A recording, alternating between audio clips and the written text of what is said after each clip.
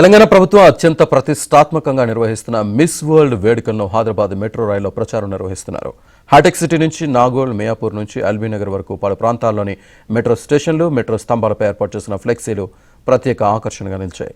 Metro రైళ్లలో స్క్రీన్లపై metro station ప్లాట్ఫామ్లలో విస్తృతంగా ప్రచారం చేస్తున్నారు.